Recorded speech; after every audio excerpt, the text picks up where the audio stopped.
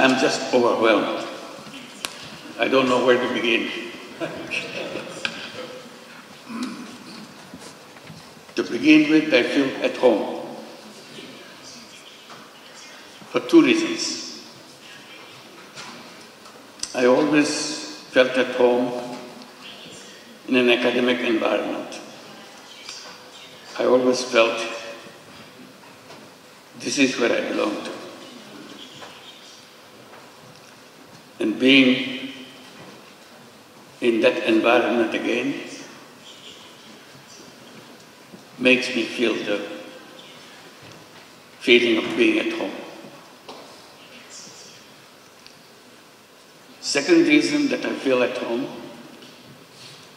because Peking University is my home.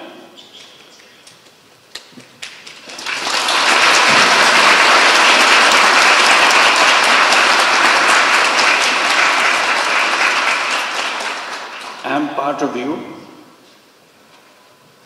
because you accepted me as an honorary professor. I'm sorry that I couldn't spend much time with you, but I always hoped I could spend time with you and share with you all the excitements of the academic world and the world that you want to create for future generations. That's our task in the academic environment, to build the future world, not just learning about the current world. It's the next world that we want to prepare for. So that makes me feel completely at home.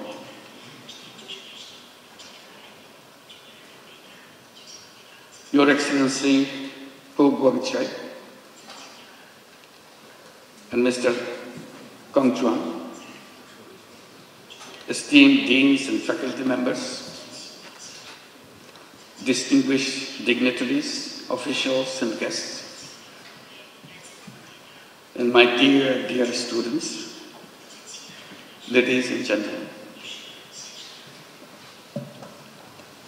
It is with great humility and profound gratitude that I stand before you today in this prestigious institution, Peking University, the center of knowledge, wisdom, innovation, and excellence. To receive an honorary doctorate from such an esteemed university is a great honor for anybody. And I feel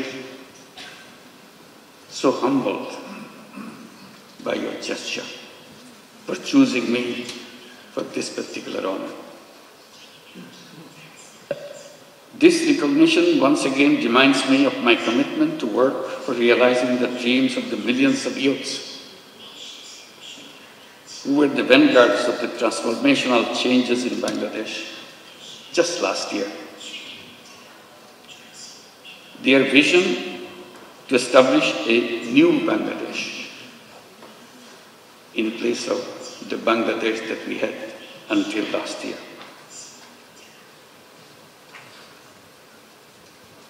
A new Bangladesh which will be free from poverty, hunger, unemployment, and destitution.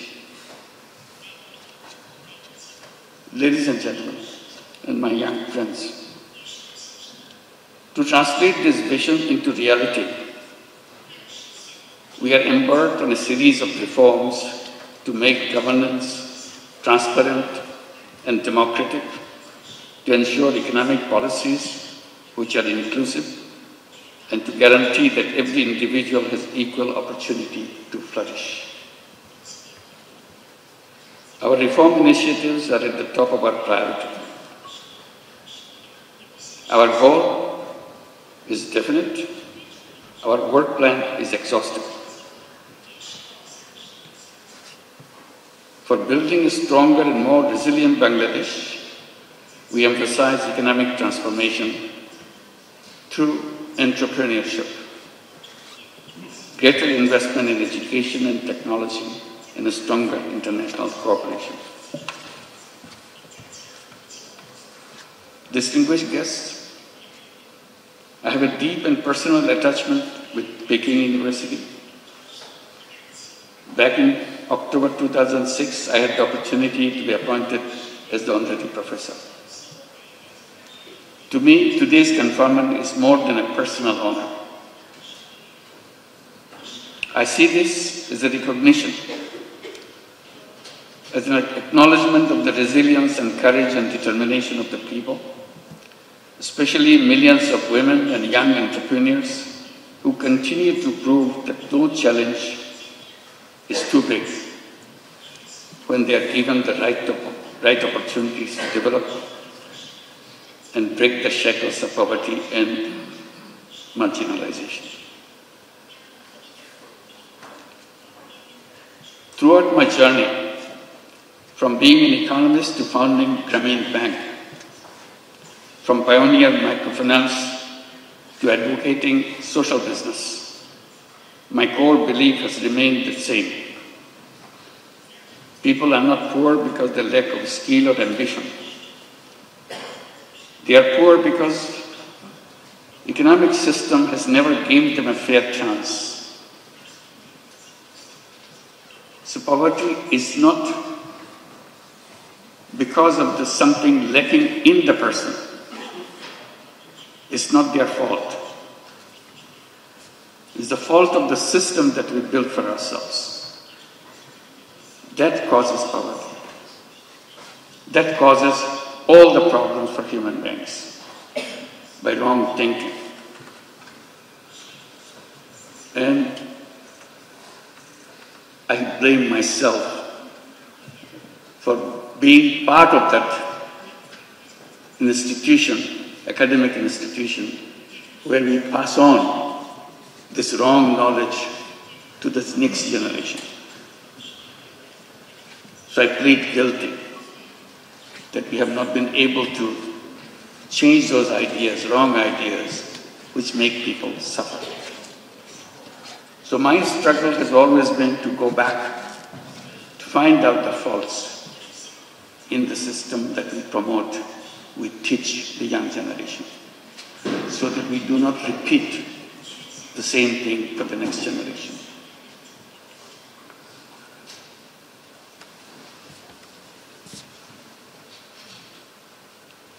It is designed to serve only the wealthy, not the poor. That realization led me to create an alternative, one where even the poorest individuals could access the services of the institutions which are created for people. I've been promoting the idea to let the young people come to the universities, get good degrees from good institutions, and then go to the job market to become job seekers. I have been telling that this is a wrong idea. Human beings are not born to become job seekers. Job is a wrong idea. Human beings are creative beings. They enjoy doing creative things. Job is a negation of creativity. Job forces you to do things what your supervisors want you to do. Job is a continuation of the tradition of slavery. Human beings are not fit for slavery. Human beings are independent beings. So I keep on promoting the idea that all human beings are born as entrepreneurs, not job seekers. Universities should be preparing young people to go out and become successful entrepreneurs, not job seekers. And that idea came from a simple experience. I started as a small initiative with a handful of women in a village next to the university where I was teaching in Bangladesh. I started lending tiny little money to the poorest women that the world has ever known, just to make sure she feels that she can handle this money and change her life. I had no idea that whether it would come true, but I was amazed how these illiterate, poor women could use tiny little money, $10, $20 worth of money, and did a very successful way of paying back and change her income situation. And she continued to pursue that round after round and change her life. And it turned into millions of women all over Bangladesh, and with perfect record. That convinced me totally. All human beings are entrepreneurs, because we are taught in the textbooks only very special people are born as entrepreneurs. Rest of us human beings have to serve under them. I said, that's absolutely the wrong idea. If the poorest illiterate women in Bangladesh can become an entrepreneur with a $20 loan and $30 loan, anybody in the world can become an entrepreneur. It's natural to human beings. We didn't train them. We didn't tell them how to run a business. She figured it out all by herself, because it is innate part of a human being. So that continues with a bigger question to me.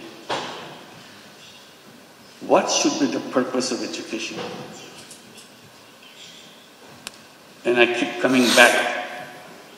Purpose of education is to enable to go out and bring that all creative capacity to change the world.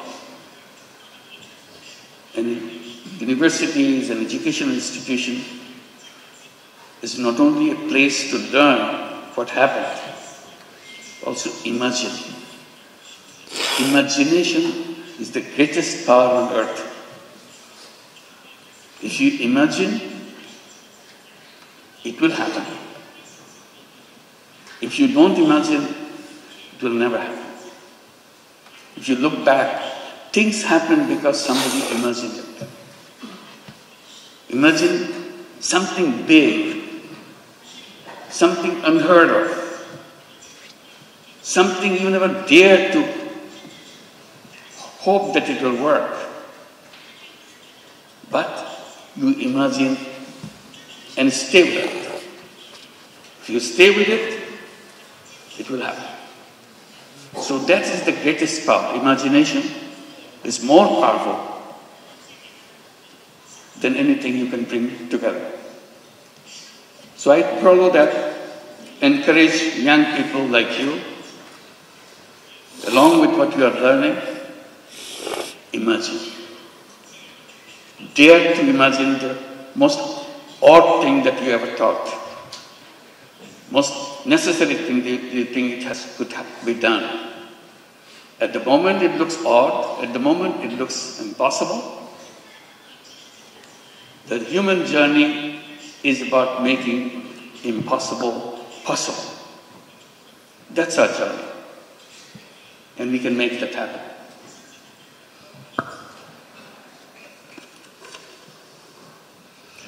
Then I came to my other point. Why the way we do things followed by something that we are not sure of? This civilization that we are passing through, will it help us to overcome the problems that we face? Problem of environmental crisis, problems of extreme wealth concentration, problem of massive unemployment, answer is always no. This civilization will continue to make it worse and worse. I even dare to say this is a self-destructive civilization. We have no scapegoat. We have to build a new civilization as soon as possible. Abandon the civilization that we are passing through and move on to create a new civilization. And I ask myself, what will be the future of that civilization? The answer to me is very clear. That civilization must know that there is no environment that has us left anymore. And that can be done with just creating a financial system, creating an economic system which doesn't depend on creating carbon emission. Carbon emission is going to kill us, so we have to get rid of carbon emission. We have to make sure there is no wealth concentration. We have to make sure there is no unemployment. So I come up with a simple formula by saying we have to create a civilization of 3 zeros. 0 net carbon emission, 0 wealth concentration, and 0 unemployment.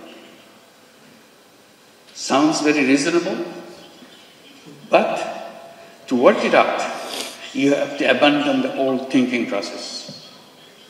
You have to create a world where each human being will be given an opportunity not only to express his selfish interest, also selfless interest, and create not only money-making business, create business to solve problem without any intention of making money yourself. We call it social business. So we have a series of ideas how to create this new civilization. And now I pass it on to the young people between age of 12 to 35 to create what we call 3-0 clubs. 5 young people get together, create a small, tiny club. 3-0 club. What do? Each person, each member of that club commits to undertake a new journey of life. I shall not contribute to global warming myself. I'm not saying the whole world should do that. I'm saying to myself, I do not want to contribute to carbon emission. How? If I do it now, 7 days a week, I promise to do it 6 days a week. If I achieve 6 days a week, I want to do it 5 days a week. If I achieve 5 days a week, gradually 2 days a week, 1 day a week, and nothing. So I become a 3-0 person. Idea is if I can become a 3-0 person, you can become a 3-0 person, world would be a 3-0 world. That's a simple idea. And I'm amazed by the response I get from the young people all around the world. They keep on adding numbers, 3-0 clubs. I hope you'll consider examining whether you'd like to form your 3-0 club and create a new civilization which you'll be proud of. This is an imagination, but the imagination is where the journey begins. Let's begin the journey. Thank you very much.